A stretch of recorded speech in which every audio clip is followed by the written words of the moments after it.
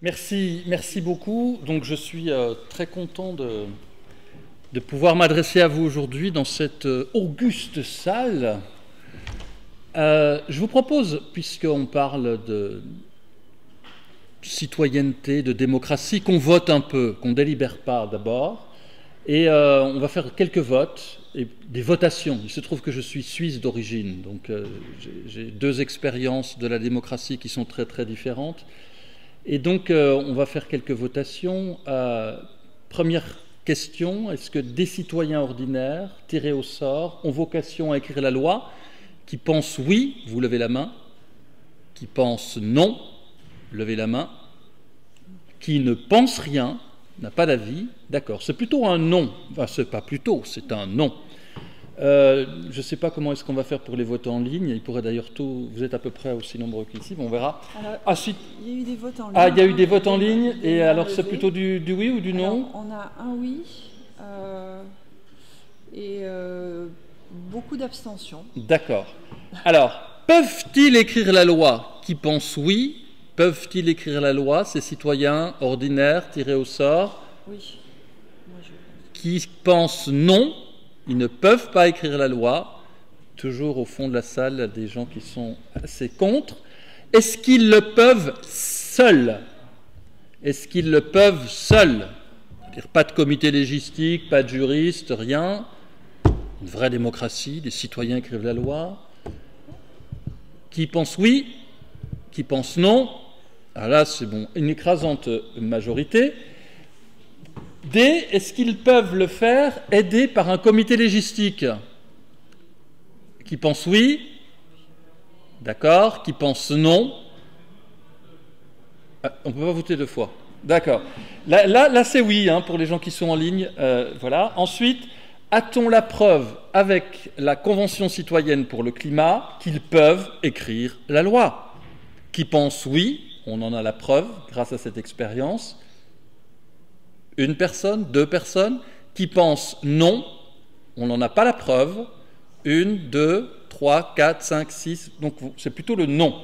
Et F, a-t-on une idée, grâce à l'expérience de la Convention citoyenne sur le climat, du chemin qu'il y a encore à faire pour qu'ils puissent, ces citoyens tirés au sort, écrire la loi? Qui pensent oui, on a une idée de ce chemin. Oui, il y a pas mal de gens. Qui pensent non, on n'a aucune idée de ce chemin. Bien sûr, le fond de la salle, non. Ils sont cohérents. Ou alors, et ensuite, ça ce sera plus intéressant, puis je vous rassure, on ne va pas que voter pendant cette séance, mais qui pense que, en fait, qui c'est qui est d'accord avec cette phrase de la présidente de l'Assemblée nationale, passée après la dissolution, réélue, Gaëlle Gaulle-Pivet, qui est venue s'adresser aux conventionnels de la Convention citoyenne sur la fin de vie et qui leur a dit « Vous n'avez pas à écrire la loi ». Et elle a donné deux raisons, mais on va faire des sous-votes. On va d'abord commencer avec cette phrase « Vous n'avez pas vocation à écrire la loi, vous, citoyens conventionnels ». Qui c'est qui est d'accord avec cette affirmation? Ben oui, le fond de la salle. Ah non, plutôt, oui, assez largement. Qui n'est pas d'accord avec cette... donc, c'est partagé, là. On aurait besoin du vote, mais on n'a pas le temps, vous voyez bien, sur Internet. Et alors, qui c'est qui pense... On a deux raisons. Qui c'est qui pense que la première raison, le tirage au sort ne vaut pas l'élection, c'est une bonne raison? Qui pense que oui, c'est une bonne raison, parce que le tirage au sort ne vaut pas l'élection, c'est pour ça que vous n'avez pas vocation à écrire la loi. C'est difficile. Alors, qui c'est qui pense que c'est une bonne raison? Levez la main. Oui. Qui c'est qui pense que ce n'est pas une bonne raison? C'est plus important. Et ensuite, cette deuxième raison, vous n'avez pas à écrire la loi parce que vous avez peut-être mieux à faire. Qui c'est qui est d'accord avec cette raison? Vous avez mieux à faire que d'écrire la loi. Qui c'est qui pense que oui? Qui c'est qui pense non? Donc vous n'êtes pas convaincu par cette raison. Alors je laisserai, pour les gens qui regarderont la vidéo, voir la cohérence qu'il y a eu entre tous ces votes et surtout avec les deux justifications. Alors, on va revenir sur cette... Non, c'est le tout dernier vote que je vous propose. Une des grosses différences entre la Convention citoyenne pour le climat et la Convention citoyenne sur la fin de vie, où Gaël Braun-Pivet est venu dire aux citoyens qu'ils n'avaient pas à écrire la loi, mais même si elle n'était pas venue, personne leur a donné l'occasion d'écrire la loi.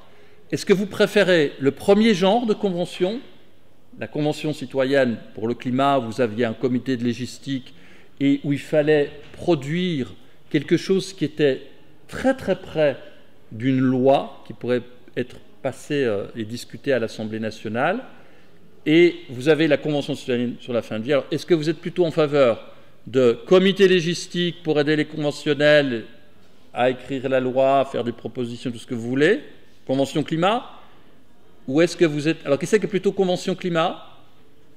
1, 2, 3, 4, 5, 6, 7. Ah! Et qui est-ce qui est plutôt Convention citoyenne sur la fin de vie, où les citoyens ne sont pas là pour écrire la loi? Levez la main. Voilà, donc il y en a 2 qui sont plutôt favorables à la dernière, qui semble être un peu le modèle pour la suite, et on va revoter suite à tout ce que je vais vous raconter. Donc vous voyez sur la photo, pour ceux qui ont une photo, vous avez en haut à droite le Conseil économique, social et environnemental, où ont eu lieu les 2 conventions, avec les portraits des conventionnels qui ont été affichés. Vous avez en bas l'hémicycle. On n'a pas beaucoup d'imagination quand on organise ce genre de choses. En fait, on remplace les parlementaires par des citoyens tirés au sort. Mais ils ne travaillent pas qu'en hémicycle, ils travaillent aussi dans des petites salles en groupe de 30. Et vous avez tout en bas à gauche, pour moi c'est à gauche, les conventionnels de la Convention citoyenne sur la fin de vie qui ont été reçus à l'Élysée. Les 2 ont été reçus à l'Élysée, mais pour les premiers c'était dans les jardins, on a vu des belles images. Alors j'ai lu un peu ce que vous avez fait, et donc je trouve très important, effectivement, donc les assemblées citoyennes Nouvelle Utopie démocratique, j'ai regardé ce que vous aviez écrit. Effectivement, les juristes demeurent encore aujourd'hui largement étrangers à cette réflexion, et c'est vrai que c'est dommage, parce que vous avez un savoir-faire, les juristes, important. Enfin, pour une grosse partie des conflits normatifs dans les sociétés, c'est les bataillons de juristes qui font les choses. Si on devait confier ça à des philosophes moraux, d'abord on aurait très très peu de jugements définitifs, et vous voyez, on n'est quand même pas très nombreux à faire de la philosophie morale dans le monde, et encore, heureusement que l'éthique est devenue une préoccupation très importante, mais il y a 25 ans, si vous aviez dit je fais de la philosophie morale, on se dit attendez, nous on fait de la psychanalyse, du marxisme et puis du structuralisme, les individus ne sont pas libres, on le sait depuis longtemps, pourquoi est-ce que tu fais de la philosophie morale? Bien, mais les temps ont changé.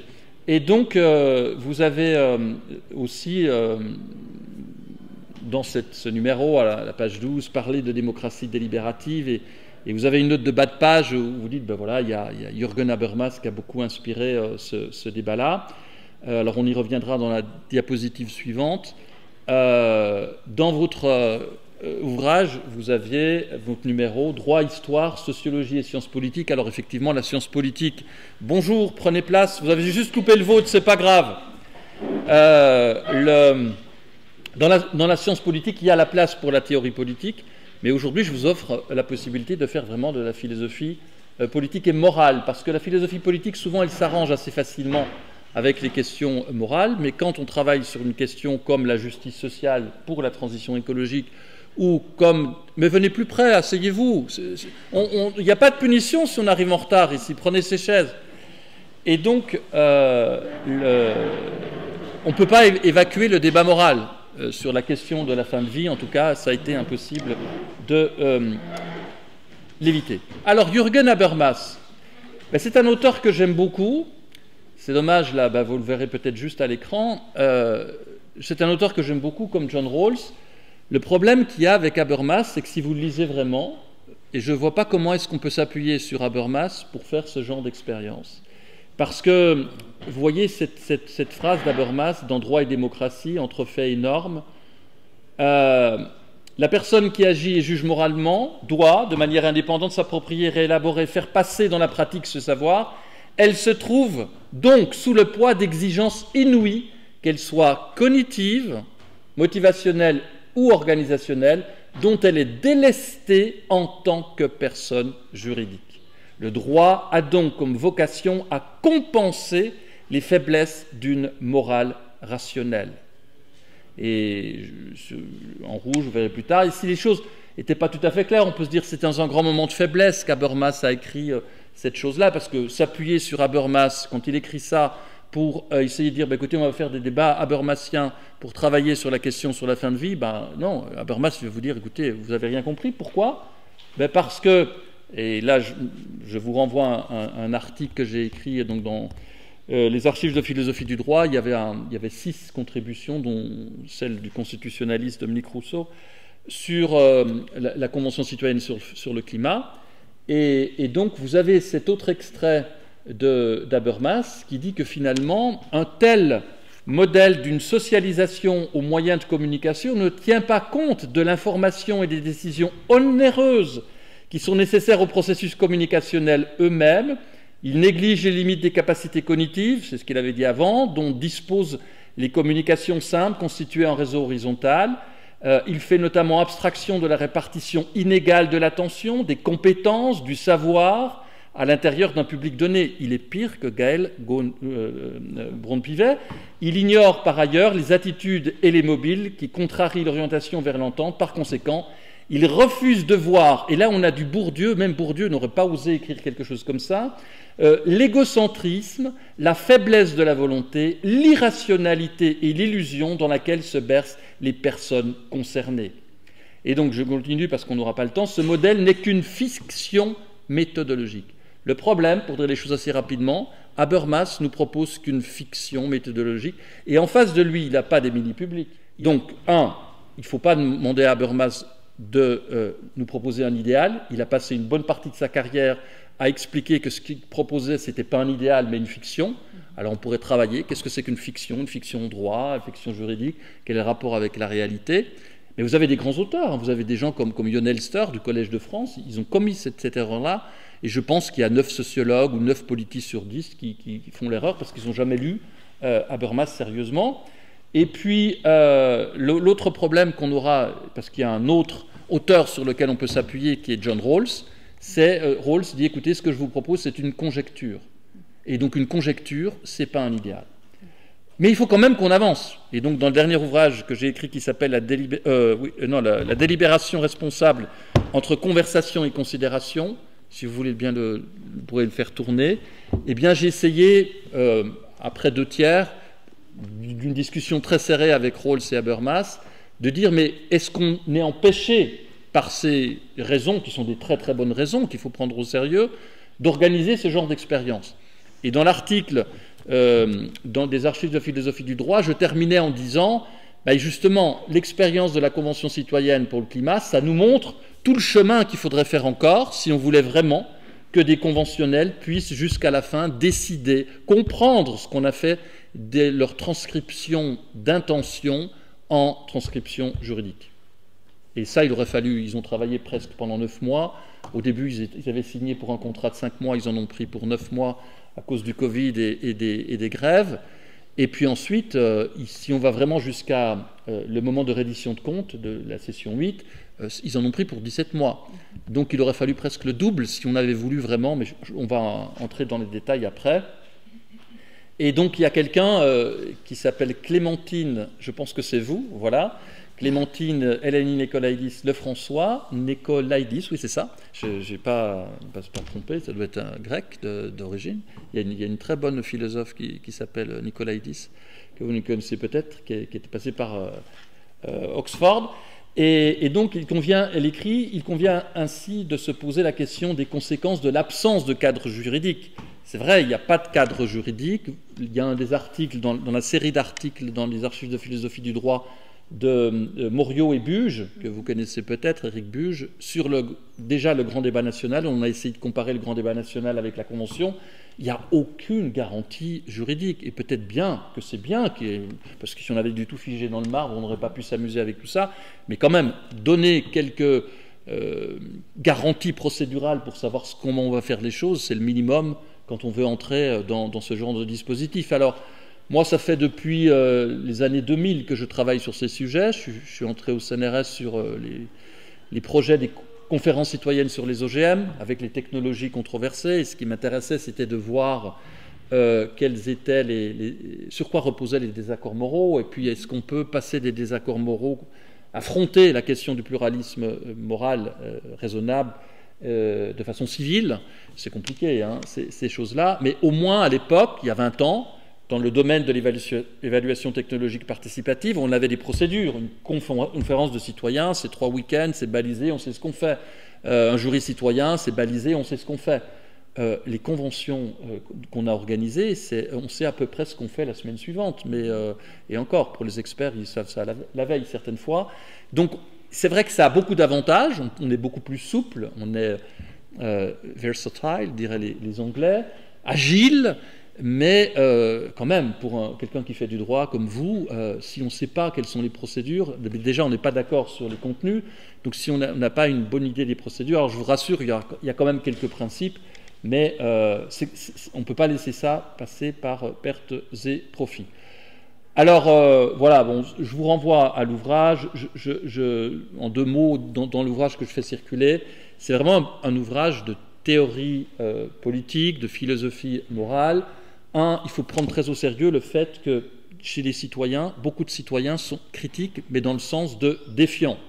C'est-à-dire, ce n'est pas la critique du philosophe qui est capable d'envisager la critique des autres et le cadre pour pouvoir discuter de ces choses-là. Et donc, ça ne sert à rien d'organiser des conventions citoyennes si on n'a que des citoyens critiques. Ils sont à peu près 33% dans les sondages d'opinion qui disent « moi, j'en ai plus rien à foutre de la politique ». Donc je me dépêche de dire, la bonne nouvelle de ce genre d'expérience, c'est que tous les gens qui sont passés par là sont très contents. Ils disent j'ai rencontré des gens que j'aurais jamais rencontrés dans ma vie. 2, on a été pris au sérieux, ils ont vraiment fait leur travail très sérieusement. Et par exemple, dans la Convention climat, il y en a 1/4 qui se sont engagés en politique alors qu'ils ne s'intéressaient pas du tout à la politique. Mais quand je dis engagés, ça veut dire qu'ils ont été candidats. Et pas toujours dans des partis de gauche vert. Hein. Il y a eu sur tout l'échiquier, enfin en tout cas jusqu'au macronisme, ils ne sont pas allés à droite ni à l'extrême droite. Et donc, bon, je passe sur cette histoire-là, et puis il y a un autre ouvrage avant où j'ai essayé de montrer comment est-ce qu'il fallait comprendre déjà le pluralisme moral. Le pluralisme moral, pour dire les choses rapidement, il y a des théories morales sur le marché, le conséquentialisme, le déontologisme, l'éthique de la vertu, si vous voulez, on pourra en revenir là-dessus. Elles se valent, ces théories morales. C'est comme on a des théories économiques sur le marché, et elles sont irréductibles. Donc ce n'est pas parce que les gens ont des raisonnements biaisés, c'est simplement parce qu'on a des façons d'instruire moralement des problèmes qui sont différentes. Et donc dans le livre, à la fois je présente le pluralisme moral, comment est-ce qu'on peut dépasser les difficultés du jugement que Rawls, mais on pourra y revenir peut-être après, pointe très très très justement, et comment est-ce qu'on peut articuler à la fois le pluralisme sur le plan normatif, donc le plan éthique, et sur le plan scientifique, parce qu'on a aussi des désaccords scientifiques sur ces choses-là, mais je vous rassure, si vous voulez, on parlera de suite. Là, pour ceux qui ont l'écran, vous avez des références en français, en anglais, en allemand, à la fois sur la Convention et à la fois sur les 2 conventions. Il vient de sortir, donc on en a un qui s'appelle « La démocratie délibérative en transition écologique ». J'ai ça dans mon... Je vais le faire circuler aussi. Le travail des chercheurs, là, il y a 17, 18, une vingtaine de chercheurs. Il y a 17 chapitres. On a travaillé pendant la convention climat. Il nous a fallu... On aurait peut-être pu terminer ça il y a 6 mois, c'est possible. Mais le temps de la recherche est un temps très très long. Et je reviendrai après là-dessus. Et là-dedans, vous aurez à la fois la genèse et l'évolution de la Convention climat, le chapitre 1 de Dominique Courant, que vous connaissez parce que vous l'avez aussi publié, Dimitri Courant. Quand vous voyez la genèse, vous vous dites, mais c'est un miracle que la Convention ait pu avoir lieu. Hein, quand on voit comment ça a été mené, ensuite les comparaisons avec les cas irlandais, parce qu'on s'est souvent appuyé... Il y a des gens qui ont essayé de défendre auprès du gouvernement, notamment du président de la République, les précédents Irlandais, en disant c'est super ce qui s'est fait en Irlande. En parenthèse, les gens qui défendaient ça n'avaient pas mis les pieds en Irlande. Hein, ils ne savent pas comment ça s'est fait. Ils racontaient des fois des choses qui étaient un peu fausses. Mais on s'est dit, bah, tiens, les Irlandais ont pu le faire. Ils ont fait même un référendum derrière. Ça doit être possible de le faire chez nous. Et ça a beaucoup joué.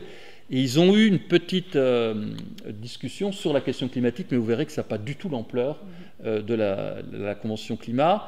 Le chapitre 4 que j'ai rédigé avec Nathalie Blanc, c'est une session que vous ne trouverez jamais sur Internet, la session 6 bis. On pourra y revenir après. C'est une session où la question posée, c'était on aura un plan de relance après le Covid. Est-ce que vous voulez vous rendre utile, transmettre éventuellement vos propositions au gouvernement pour qu'on ne vous oublie pas quand vous allez sortir vraiment vos propositions sur la question réduction des gaz à effet de serre, parce qu'on s'est déjà fait avoir en 2008 avec le plan de relance, et puis il n'y avait plus d'argent pour les questions environnementales. Mais comment, c'est un dilemme pour vous juristes, comment est-ce qu'on peut transmettre des propositions qui n'ont pas été votées? Et bon, vous verrez, donc il y aura à équilibrer des exigences démocratiques avec des exigences liées à la transition écologique. Bon, vous avez des comparaisons sur les conventionnels et l'opinion publique. Est-ce que le tirage au sort a été bien fait? Est-ce qu'on a une France en miniature? Le profil et les opinions des conventionnels comparés, parce que contrairement à la dernière convention, là j'étais pas observateur, j'étais garant, mais à la précédente, dans chaque session, on a distribué des questionnaires à l'entrée, à la sortie. Bah oui, c'est une expérience comme ça vaut la peine. À 7 millions d'euros, il faut quand même en faire quelque chose. Pas simplement ce qu'on peut en faire politiquement. Le profil de ces conventionnels par rapport aux interviewés, les opinions des conventionnels sur les mesures climatiques, l'impartialité. Alors, en tout cas pour les deux auteurs, la Courant-Beckland, ils trouvent que c'est assez peu impartial. Ensuite, le rôle des experts dans la fabrication d'un des groupes, parce que dans la Convention climat, on a 5 groupes différents pour des raisons de tangibilité. Il y a des gens qui ont travaillé sur se déplacer, il y a des gens qui ont travaillé sur se nourrir, il y a des gens sur produire, travailler, des gens sur...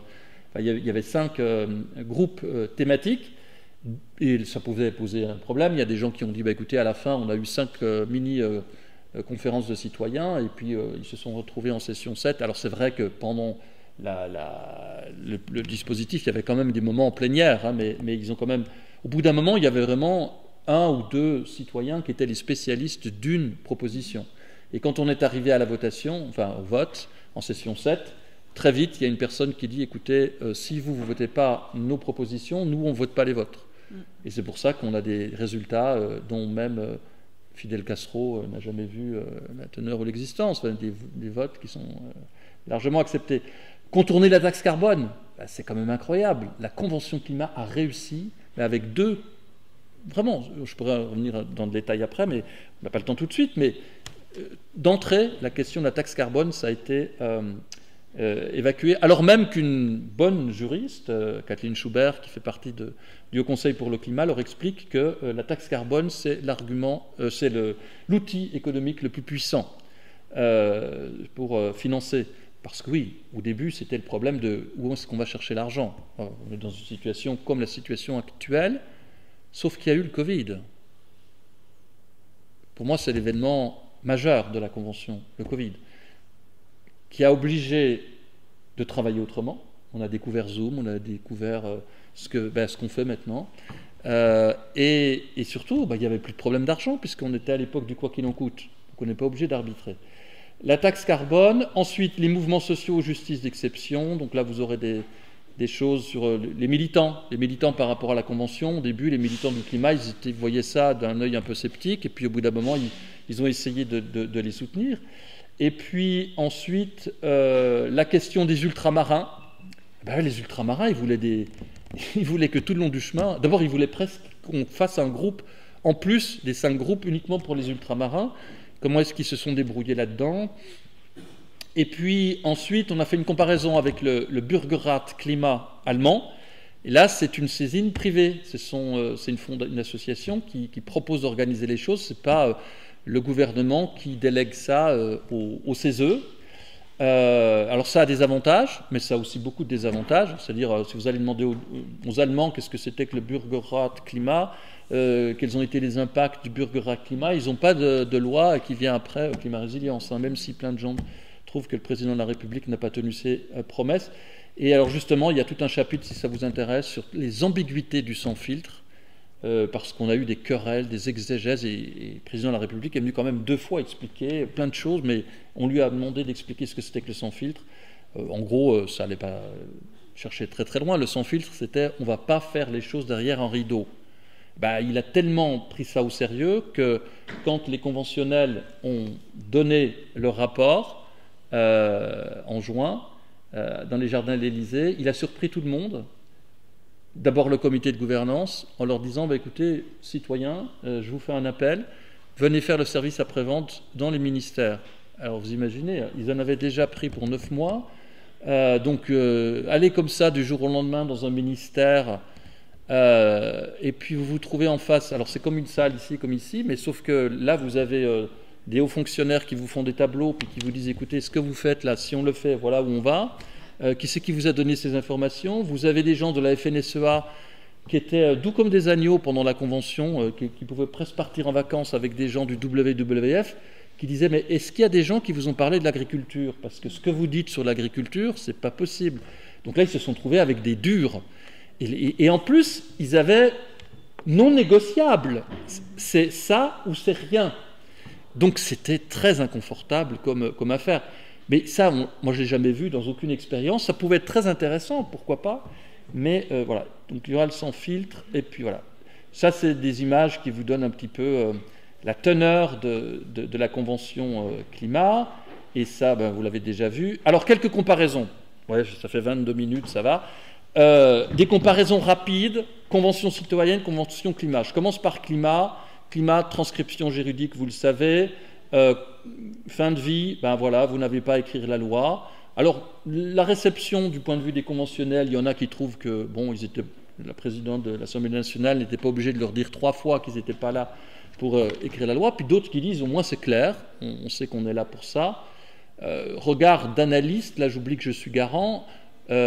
Si vous regardez le sort de la proposition de loi telle qu'elle a été discutée à l'Assemblée nationale sur l'article « Ouverture à l'aide active à mourir », vous avez 1000 amendements.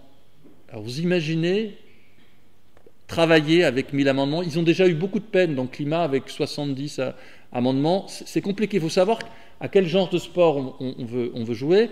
Et c'est vrai que sur le plan moral, ça on l'a écrit comme garant dans l'avis final. Sur le plan moral, on a une question, d'ailleurs, qui pourra nous permettre aussi de discuter après. On a pensé, les garants, qu'il y a eu un très bon travail qui a été fait, mais on aurait pu aller peut-être encore plus loin en écoutant vraiment des spécialistes en philosophie morale de ces questions-là. Il y a des gens qui ont fait leur thèse là-dessus. On a eu 2 philosophes qui sont des philosophes généralistes. Monique Cantos-Perber, c'est bien, mais il n'a pas une connaissance très particulière, très approfondie du sujet. Et puis André Comte-Sponville, c'est encore moins fort. Donc on aurait pu avoir vraiment des gens qui sont spécialistes là-dessus et des gens qui étaient en opposition. Et des juristes, comme on l'a dans les états généraux de la bioéthique, on a dans le 2e week-end des gens qui ont des positions très différentes et les conventionnels auraient pu voir la production de ces arguments et peut-être s'en servir. Mais en même temps qu'on écrivait ça comme garant, on se disait aussi, mais est-ce qu'il faut aller jusque-là? Parce que vous voyez bien que ça pose des problèmes par rapport au débat démocratique. Il faut que les conventionnels qui viennent dans ce genre d'expérience, ils ne soient quand même pas des gens de super haut niveau, détachés complètement des autres citoyens qui ont des avis qui sont basés largement sur leurs intuitions, sur ces questions-là. C'est une question politique ouverte, moi je n'ai pas de réponse là-dessus. Et autre chose, pourquoi exiger davantage de ces conventionnels par rapport à des parlementaires qui font des auditions, mais ça ne va pas très très loin, leurs auditions. Et c'est rare qu'ils aient des tables rondes. Ils ont souvent des gens qu'ils écoutent les uns après les autres. Bon, on pourra en discuter. Climat, donc un comité légistique, une des juristes interviewées explique qu'elle a travaillé pendant 300 heures pour la Convention climat. Un groupe d'appui, donc c'est des spécialistes, des gens comme par exemple le directeur de l'IDRI, Sébastien Treyer, donc des gens qui connaissent très très bien le sujet. Pourquoi un groupe d'appui? Parce que, comme l'idée de certaines parties du comité de gouvernance, c'était vraiment d'arriver avec des propositions le plus abouties possible, avec des transcriptions juridiques, eh bien, il fallait leur donner beaucoup d'informations qu'ils n'avaient pas, ces conventionnels. Et au bout d'un moment, ils se sont sentis presque un peu comme des élèves. Il fallait vraiment qu'ils rendent une très bonne copie. Et ils demandaient au groupe d'appui qu'est-ce qu'il faut écrire. Donc vous pouvez comparer les 450 pages du rapport de la Convention climat. Il y a des gens qui disent, par exemple, des gens comme Gossman, qui est un juriste spécialiste des questions environnementales, qui dit, écoutez, si c'était pour arriver à un rapport d'experts, on pouvait demander un rapport d'experts. Pourquoi avoir demandé à des citoyens? Dans la Convention fin de vie, on n'a pas ni comité légistique. Moi, j'ai jamais vu de comité légistique dans aucune expérience pendant 30 ans dans le monde, à part une. Mais alors là, on va sur une autre planète. Hein. C'est le cas chilien, où les Chiliens ont dû réécrire la Constitution, mais là, ils ont travaillé pendant 1 an, pendant 365 jours, et ils avaient des conseillers juridiques, comme quand on écrit la loi.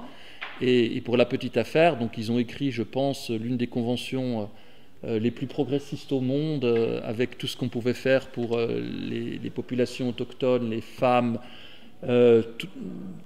indifféremment de genre, transgenre, environnement, tout ce qu'on peut. Voilà, si on voulait une bibliothèque où on mettrait tout ce qu'on veut, les bons livres, enfin là, ce serait. Et avec un vote obligatoire, vous savez quel est le sort qui a été réservé à cette nouvelle constitution pour remplacer celle qui a été faite à l'époque de Pinochet. Oui, on a fait une... Ah, vous avez fait quelque chose dont vous connaissez.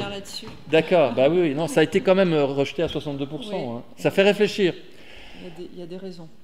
Alors après, il faut voir le débat juste après. Je pense que le référendum, ça n'a rien à voir. C'est peut-être même diamétralement opposé à ce que c'est qu'une convention. Mais on peut en discuter. Il y a aussi des conventionnels qui disaient, dans la fin de vie, ne pas terminer par une proposition en référendum, c'est quand même un travail qui n'est pas tout à fait achevé. Le type de rapport, il y en a un qui est beaucoup plus long, 450, beaucoup plus aéré, 170 pages pour la convention fin de vie. La rédaction de la deuxième, fin de vie, largement à la main des conventionnels, certaines fois avec des votes de délégation.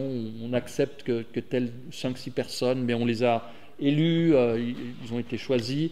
Comme ils se sont pris un peu de façon très très différente dans la Convention climat, les facilitateurs ont pris énormément la plume. Alors c'est vrai que tout à la fin, les conventionnels ont voté, mais ils ont beaucoup moins... ils n'ont pas été trahis, mais ils n'ont pas fait ce travail qui est un travail ultra compliqué, imaginez. Et d'ailleurs, dans la convention fin de vie, il y avait des moments où c'était... ils ont dû donner des sortes je voulais dire de rules, faites des règles en disant on ne va pas changer pour 2 mots. C'est-à-dire, au bout d'un moment, ça devenait très très difficile parce qu'il y a des gens qui sont un peu têtus puis qui veulent absolument leur formulation. Donc c'est très compliqué d'écrire ensemble. Alors, vous avez déjà fait des articles avec un collègue, c'est bien un collègue. Mais imaginez, vous êtes 184 citoyens, c'est un peu compliqué. 5 groupes pour la Convention climat, ils ont tous travaillé ensemble pour l'autre. Sauf quand ils ont voté très très vite pour savoir quels étaient les groupes d'opinion. Et donc quand il y a eu le groupe des 25% qui étaient contre l'ouverture à l'aide active à mourir, eh bien ils se retrouvaient par ceux qui sont contre, ceux qui sont pour. Et d'ailleurs ça a été très très productif en termes de production d'arguments. Le fait qu'il y ait des groupes d'opinion très vite connus, révélés. Ensuite, la question, les votes surtout en session 7 pour la Convention climat. La Convention fin de vie, on a eu plus de 500 votes. Les garants sont là pour certifier les votes. Je leur ai dit, vous avez presque voté autant que les Suisses, dans toute l'histoire de la Suisse moderne. Mais alors, avec toutes sortes de votes, et j'ai mis des guillemets, parce qu'il y avait certaines fois, ce n'était pas un vote où on sait exactement quelles sont les conséquences de ce qu'on vote. Ça peut être un vote sur... Est-ce que vous nous faites confiance? Je me suis trompé. La présidente dit, écoutez, on s'est trompé avec certaines mesures. Ce n'était pas en faisant exprès. Ou, par exemple, quand il fallait, pour les conférences de presse, envoyer des gens pour que ce soit équilibré, on avait des votes comme ça, on avait des votes sur des façons de travailler. Donc, on ne devrait pas les appeler votes vraiment, parce que dans l'état d'esprit des gens, c'est pas vraiment ça. Ensuite, les garants. Alors, Convention climat, vous avez 3 garants qui sont choisis par les présidents des 3 assemblées, et vous avez un militant. Vous avez Cyril Dion, on sait ce qu'il pense sur le sujet, d'ailleurs il le dit même avant que ça commence dans une interview à France Inter. On change tout à fait de procédure ou de procédé dans la convention fin de vie. Ces 4 garants, alors ils ont appelé ça un collège international. Bon, ils m'ont mis dedans, peut-être parce que je suis suisse. De toute façon, je pense qu'il faut toujours un Français là-dedans parce qu'il faut connaître un peu les institutions françaises. Mais c'est tous des gens qui connaissent la délibération. Il y a une juriste, il y a un politiste belge, la juriste elle est américano-iranienne, et puis il y a une praticienne italienne. Voilà. Et nous, on a été nommés sur idée, je pense, proposition du comité de gouvernance par le président du CESE. Ensuite, et j'étais pas président, il n'y avait pas de président, mais on avait beaucoup de chance, on s'entendait bien. Ce sera une chose à laquelle il faudra que les juristes réfléchissent. Est-ce qu'il faut des garants? Pas de garants.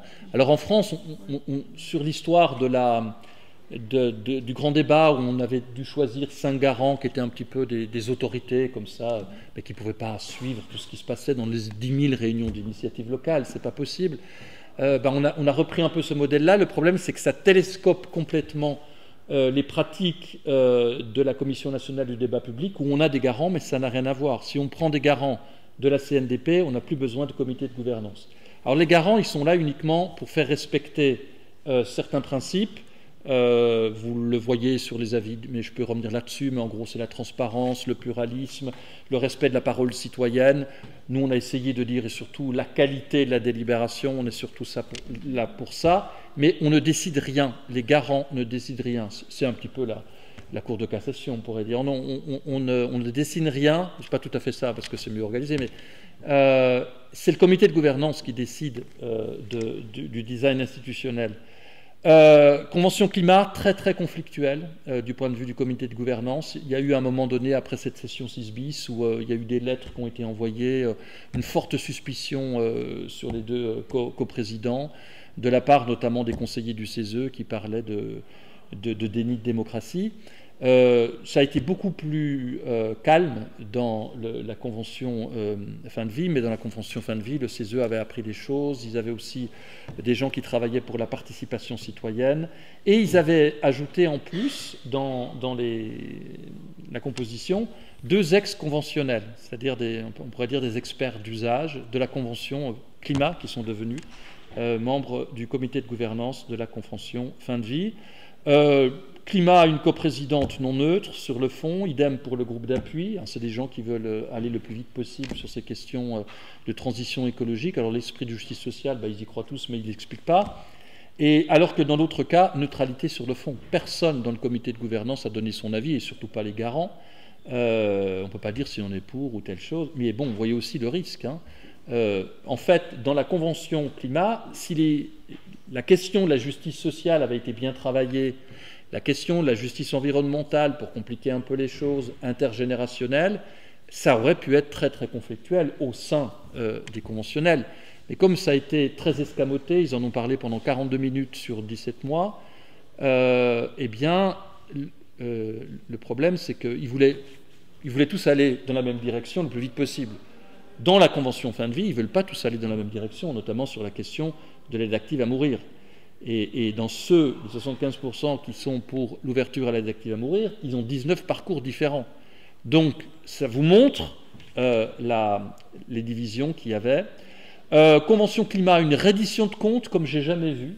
C'est-à-dire que le moment de la réponse à la réponse, c'est-à-dire le moment où le gouvernement va proposer la loi climat-résilience, eh bien les ministres viennent dans des webinaires répondre aux conventionnels en leur disant voilà, on s'est inspiré, mais voilà, ça on n'a pas pris, ça on n'a pas fait. Voilà pourquoi. J'ai jamais vu une autorité politique dans le monde faire ce genre de choses. Et ça va même plus loin, ils ont une session 8. Alors vous imaginez, les conventionnels, ils se sont séparés, c'était en juin, et ils se retrouvent en février de l'année suivante, et ils doivent évaluer la façon dont le gouvernement a tenu compte ou pas de leurs propositions. D'abord, il fallait qu'ils se rappellent de leurs propositions. Ensuite, pour certains, ils n'avaient aucune idée des autres propositions que celles sur lesquelles ils avaient travaillé. Quand je dis idée approfondie, parce que bien sûr, ils avaient voté. Et comment vous allez faire la comparaison? Bon, j'en parle dans l'article, dans le chapitre là, de l'ouvrage. Si on avait voulu vraiment faire le travail, il fallait voir ce que la France avait voté, décidé, mis en application, qui venait des questions européennes, qu'est-ce qui avait été fait en termes économiques. Il n'y avait pas que la loi climat-résilience. Et donc ils ont uniquement se sont appuyés sur climat-résilience. Mais comment vous allez faire pour climat-résilience? Et donc là, le travail, mais au tout dernier moment, a été prémâché par le groupe d'appui et par le comité légistique. Ils ont essayé de faire des paquets de propositions en disant, là, écoutez, on a vraiment pris ce que vous vouliez, là, on ne l'a pas encore fait, là, on l'a fait, mais de façon un peu différente. On pourra entrer dans les détails. Et ils l'ont fait de façon très différente, les juristes et puis le groupe d'appui. Mais c'était déjà intéressant. Et ils étaient quand même à 70% contents. Ils n'étaient pas si sévères que ça par rapport uniquement à cette loi. Mais quand bien même c'était cela, et quand bien même les coprésidents prenaient le soin de dire « vous n'êtes pas là pour évaluer le gouvernement », mais quand même, quand vous devez répondre à une question qui est formulée de la façon suivante, sur ces propositions, est-ce que vous êtes satisfait ou pas satisfait de la façon dont on s'est inspiré de vos propositions? Vous mettez une note entre 0 et 10. Enfin, ça ressemble furieusement à une évaluation. Et donc, le gouvernement a eu quelque chose un tout petit peu plus que 3 sur 10, donc largement au-dessous de la moyenne. Et si vous êtes un Français moyen, quand je dis moyen, c'est-à-dire si vous n'êtes pas du tout intéressé au sujet, vous allez dire, oui, effectivement, ils sont très très mécontents, ces citoyens. Si vous faites le travail de terrain, et puis vous publiez un ouvrage 2 ans après, vous savez qu'une partie des conventionnels se sont mis d'accord pour mettre 0 partout. Et ils ont mis 0 partout, même sur des propositions qui étaient leurs propositions. Donc faites vos calculs pour la moyenne, ce sera compliqué. Pour fin de vie, c'était beaucoup plus simple. Effectivement, le président de la République les reçoit une première fois à la réception de leurs travaux. Ensuite, il revient quand il y a la proposition de loi. Les ministres qui sont responsables de cette proposition de loi viennent expliquer, ça se passe bien. Mais on n'a pas de moment où on demande aux conventionnels qu'est-ce que vous en pensez. Il y a de temps en temps des conventionnels, en fonction de leur opinion sur tel ou tel aspect des choses, qui prennent la parole, qui apostrophent des ministres en disant écoutez, non, 18 ans, vous oubliez. Nous, on ne veut pas qu'il y ait un âge limite pour obtenir une élective à mourir. Alors, ils auraient pu être... On l'avait un tout petit peu suggéré dans un de nos avis, on a dit ce sera compliqué la reddition de comptes avec un groupe divisé. On ne s'est pas compliqué la vie, ça a été fait comme ça. Discussion de la justice sociale a été escamotée, comme je vous l'ai dit dans la Convention climat. Moi, je pense profondément que sur les questions morales, là, c'est intéressant d'avoir des conventionnels, parce que comme tout le monde, ils ont des intuitions.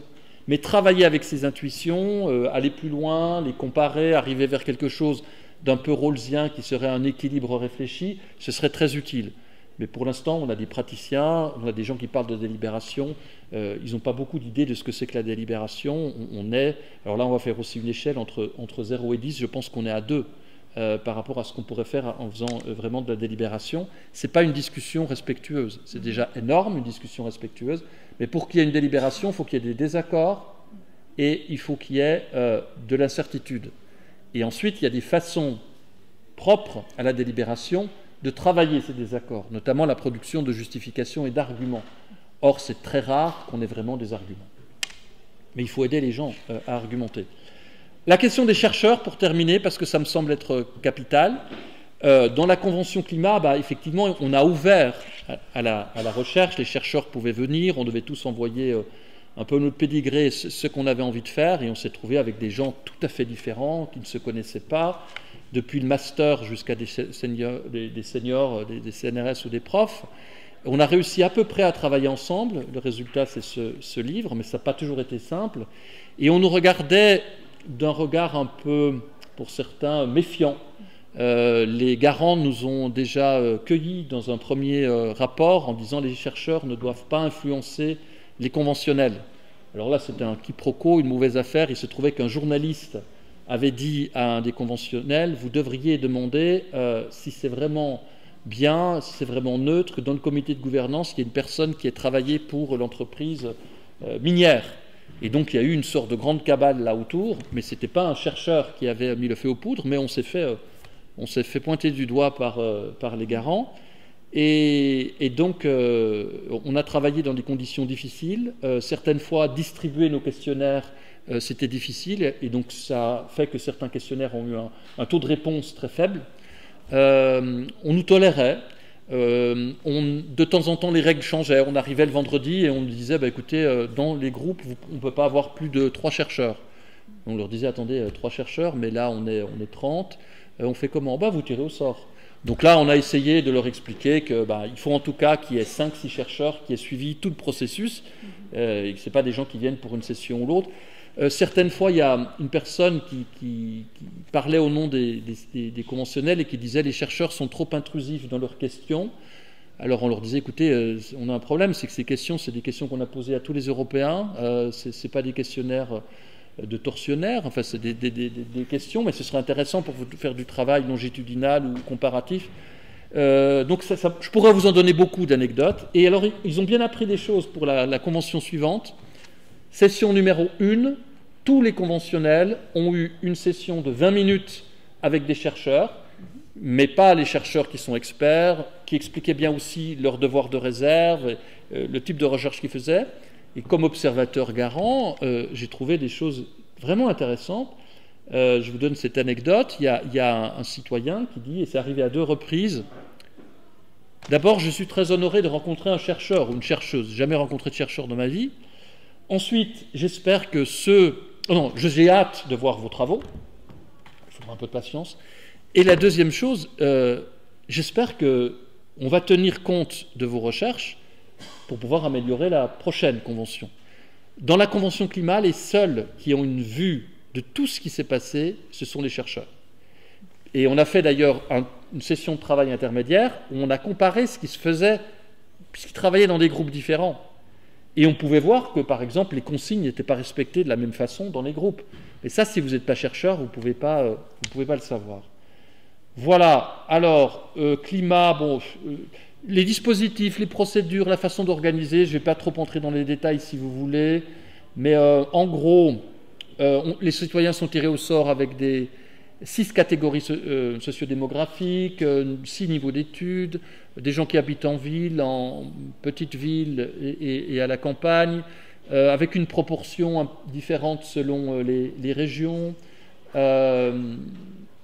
égale répartition entre hommes et femmes, un peu moins bien pour la convention fin de vie, 44% de femmes, mais c'est difficile d'avoir une jeune femme active qui vienne de province et qui accepte de donner 9 week-ends, même si on prend en charge la crèche, ce n'est pas qu'une question d'argent.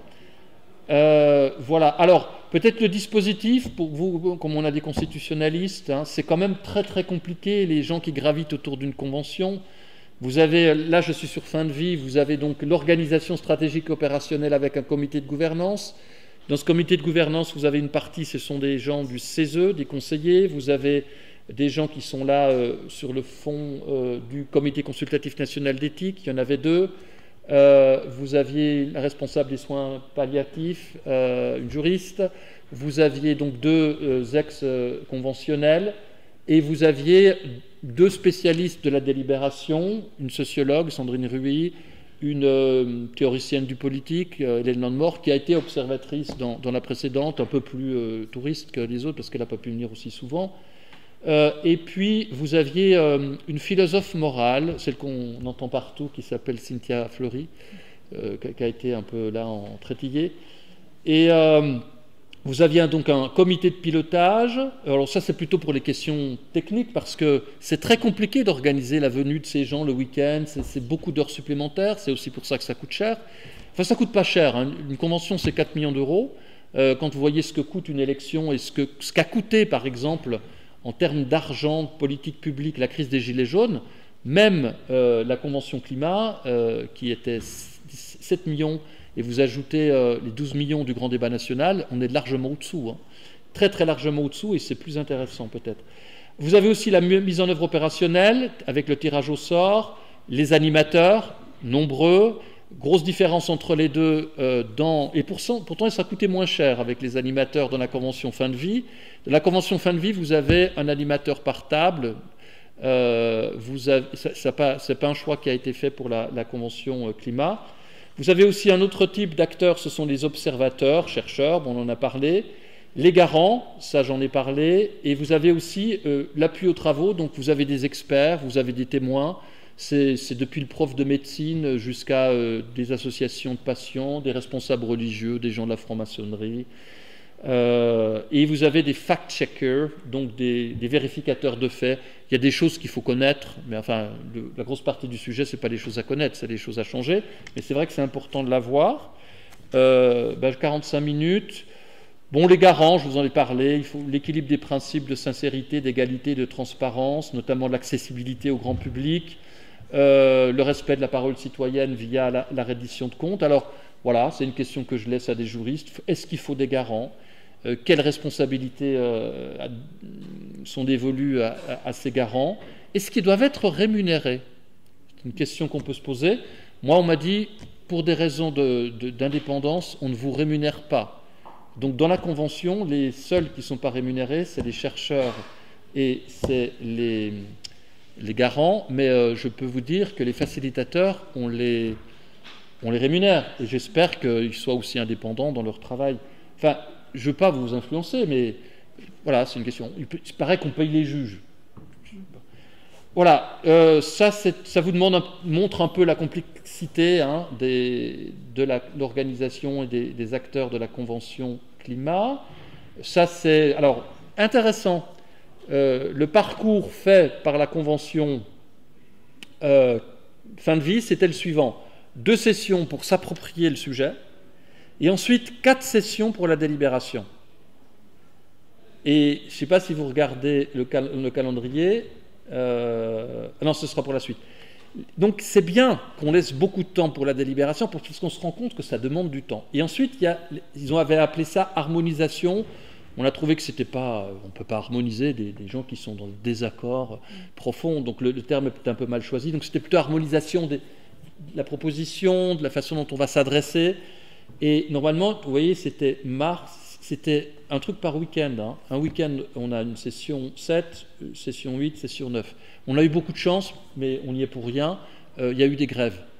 Et donc, la question de la grève, c'est est-ce qu'on fait ça sur webinaire, on fait ça sur Zoom, ou est-ce qu'on fait ça sur place, en personne? Et là, la décision a été prise par le comité de gouvernance, et ça me semble être très sage, de dire non, on fait ça sur place et on demande au gouvernement plus de temps pour pouvoir travailler. Je pense qu'ils auraient été incapables de produire le résultat qu'ils ont produit s'ils avaient dû faire ça avec ce calendrier. Le contenu de ce genre de réunion, ça s'était largement modifié, mais c'était la version climat. Ça, c'est pour vous montrer un peu le contenu, c'est très très riche, le nombre de choses qu'on fait dans une convention. Et vous arrivez à cet arbre-là, qui est un peu, si vous voulez, une sorte de représentation fausse, puisque c'est une représentation du rapport des conventionnels sur la fin de vie. Vous voyez qu'ils sont tous pour dire, pour répondre à votre question, qui est le cadre d'accompagnement de la fin de vie, est-il adapté aux différentes situations rencontrées ou d'éventuels changements devraient être introduits, ils disent non, le cadre n'est pas suffisant. Et donc ils sont tous assez d'accord sur toute la partie verte, ils sont très d'accord. Et vous voyez que c'est des questions budgétaires, formation des médecins, développement des soins palliatifs, il y a beaucoup de choses. Et puis sur le non, comme on pouvait s'y attendre, sur l'aide active à mourir, il y a des grosses différences. Il y a eu une enquête qui a été faite par le CREDOC auprès des conventionnels. Vous voyez quelques extraits ensemble, on a fait des choses incroyables, ce qui n'est pas le cas tout seul. Alors la fameuse intelligence collective, moi j'y crois pas 3 secondes, mais c'est un thème à la mode, on pourra en parler. Et ensuite, 93 estiment que la phase d'appropriation leur a permis de se forger un avis éclairé, 83% ont le sentiment que la phase de délibération leur a permis de discuter et de construire leur argumentation. Il y a même eu un module d'1 heure dédié spécifiquement à la délibération, ça me semble être très utile, et 83% valident l'idée selon laquelle la phase d'harmonisation a permis de rendre compte de l'ensemble des opinions, et ça très intéressant pour la théorie de la démocratie délibérative, 53% des citoyens affirment avoir changé ou nuancé leur point de vue en cours de convention, et je peux vous dire qu'il y a des gens qui ont changé plusieurs fois de groupe. Mais il y a même une ministre qui est venue dire, moi écoutez, quand on a eu le débat sur la PMA, j'ai changé 3 fois d'avis et je me suis mis dans des positions différentes. Une fois j'étais plutôt de la côté enfant, une fois côté mère. Et je vais m'arrêter là, ça c'était le sommaire du rapport. Alors oui, le comité légistique, mais ça, comme j'ai parlé de 45 minutes, je m'arrête ici et je vous renvoie à l'article. Le comité légistique a été très très intéressant pour plusieurs raisons. D'abord, vous avez en droit une façon de travailler qui est très utile. Et dès le début de la Convention climat, les juristes du comité légistique expliquent, écoutez, si vous avez des intentions claires, que vous savez ce que vous voulez faire, parce qu'il y a une citoyenne qui dit, mais est-ce que vous allez écrire en français pour qu'on comprenne à peu près, parce qu'on sait bien que c'est quand même très ésotérique, le droit. Comment est-ce qu'on va pouvoir travailler? Écoutez, non, ayez des intentions claires. Et donc, il y a déjà une façon sur savoir comment raisonner, savoir comment présenter les choses. Donc ça, c'était utile. Une deuxième chose, c'est que même si vous êtes un juriste convaincu par ce genre d'expérience, vous restez un juriste, si vous êtes un bon juriste. Et donc, c'était compliqué pour les conventionnels, parce qu'une bonne partie du temps, les juristes disaient « ça existe déjà, mais ça, vous ne pouvez pas faire. Ah, mais ça, c'est pas possible. Comment ça, c'est pas possible? On est là pour faire des choses. » Non, c'est pas. Il y a des conventionnels pour qui une séparation des pouvoirs, ça ne va pas de soi. Pour eux, ce n'était pas compliqué. Il fallait virer les gens du CESE. Vous mettez la moitié des experts et l'autre moitié des citoyens, et on va le plus vite possible pour une transition écologique. Et on nous donne tous les pouvoirs. Il y a des conventionnels qui étaient comme ça. Il y a des moments, vous avez suivi cette histoire de cette petite phrase qui devait être soumise à référendum, où on devait garantir un environnement, ou simplement avoir un terme qui avait moins de sens juridiquement. Vous aviez une juriste qui expliquait aux conventionnels, garantie pour un juriste, c'est pas possible dans ce cas-là, et ça a un sens bien précis. Ah oui, mais ça nous est bien égal. Et puis, vous voyez un peu, certaines fois, les juristes, pas celui qui défendait ça, comme encore ces mauvais experts qui nous empêchent d'avancer.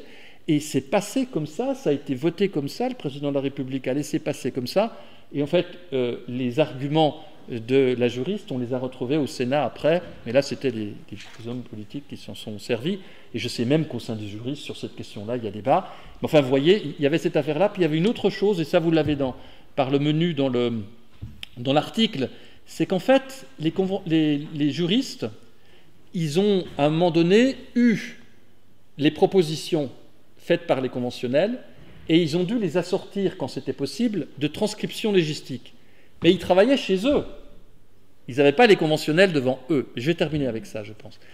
Et donc, le comité de gouvernance leur a dit, mais écoutez, il faut que vous nous fassiez un rapport détaillé de la façon dont vous avez travaillé ces intentions générales.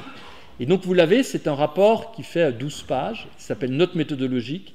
Et là-dedans, ils disent, écoutez, voilà les types de problèmes qu'on a rencontrés et voilà les solutions qu'on a choisies.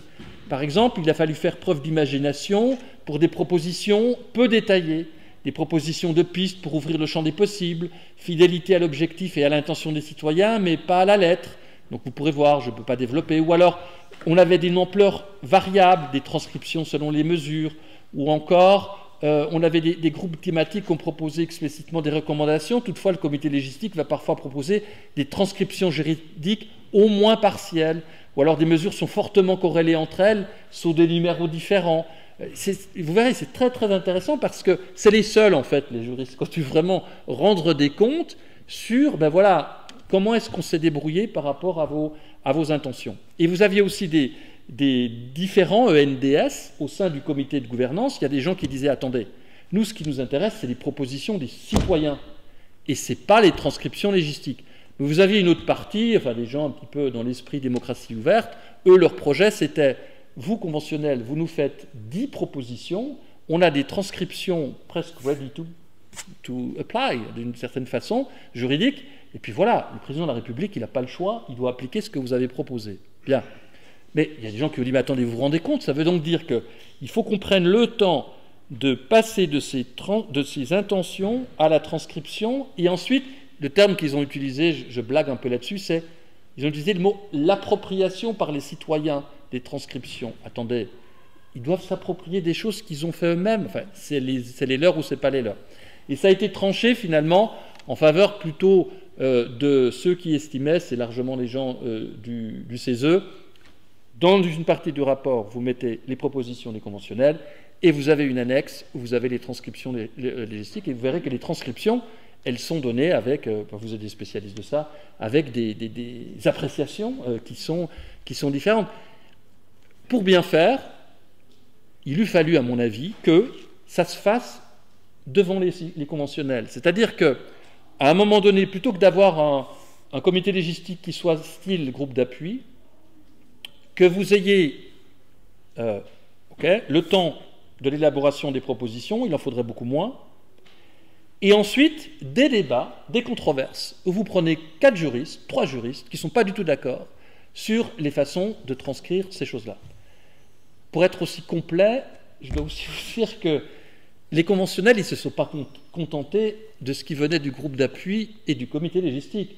Vous aviez des juristes qui envoyaient des SMS avec des parties de loi, des propositions de loi, par exemple des gens comme Cabane, des gens, je ne vais pas donner tous les noms, mais il y en a, c'était pathétique. Dans les webinaires, vous aviez des conventionnels qui disaient « Non, non, non, non, dans son SMS, elle m'a dit qu'il fallait écrire comme ça, à la virgule près. » Alors bon, si vous êtes un peu procédural, mais je pense que c'est vain, avec des expériences qui sont aussi chargées que celles-là, vous pourriez imaginer qu'on soit un peu plus étanche. Les deuxièmes états généraux de la bioéthique qui ont eu lieu sous François Hollande, ça s'est fait dans une salle confinée d'une université française. Personne ne savait où ça se faisait, il n'y avait aucune influence extérieure. Bon, ça, je pense que ce n'est pas possible. Mais par contre, ce qui serait possible, c'est qu'au minimum, on mette tout sur la table. C'est-à-dire, ok, vous êtes allé faire du terrain, c'est très bien, tout le monde fait du terrain. Sur fin de vie, ils sont presque tous allés dans une unité de soins palliatifs. Donc tout le monde fait du terrain, vous rapportez beaucoup de choses qui sortent de ce qu'on vous donne comme information, mais il faut que vous soyez transparent et qu'on sache où vous êtes allé pêcher les choses. Et alors il y a un dernier vote pour terminer, je vais vous faire revoter un petit peu à la Fishkin, vous savez, le sondage délibératif, sur la question est-ce que vous êtes plutôt convention citoyenne pour le climat, comité légistique avec tout ce que je vous ai pu vous dire, ou est-ce que vous êtes plutôt convention citoyenne sur la fin de vie? Alors qui c'est qui est plutôt convention citoyenne pour le climat? Levez la main. 1, 2, 3, 4, 5, 6. Et qui est-ce qui est plutôt fin de vie?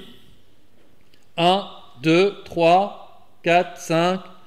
Ah, c'est pas mal, donc ce sera tranché sur Zoom. Je m'arrête, j'ai parlé pendant 57 minutes, j'ai un peu trop grignoté, mais je pourrais vous dire encore plein de choses sur ces choses-là. Je ne vous ai même pas trop dit, du point de vue théorique, quels sont encore les quelques verrous à desserrer, mais je pense qu'on a, avec ce que je vous ai donné, à la fois la possibilité de répondre à la question est-ce que les citoyens peuvent écrire la loi, et puis surtout quelle place on laisse à l'écriture de la loi dans des dispositifs qui n'ont rien à voir l'un avec l'autre. Merci. Merci beaucoup.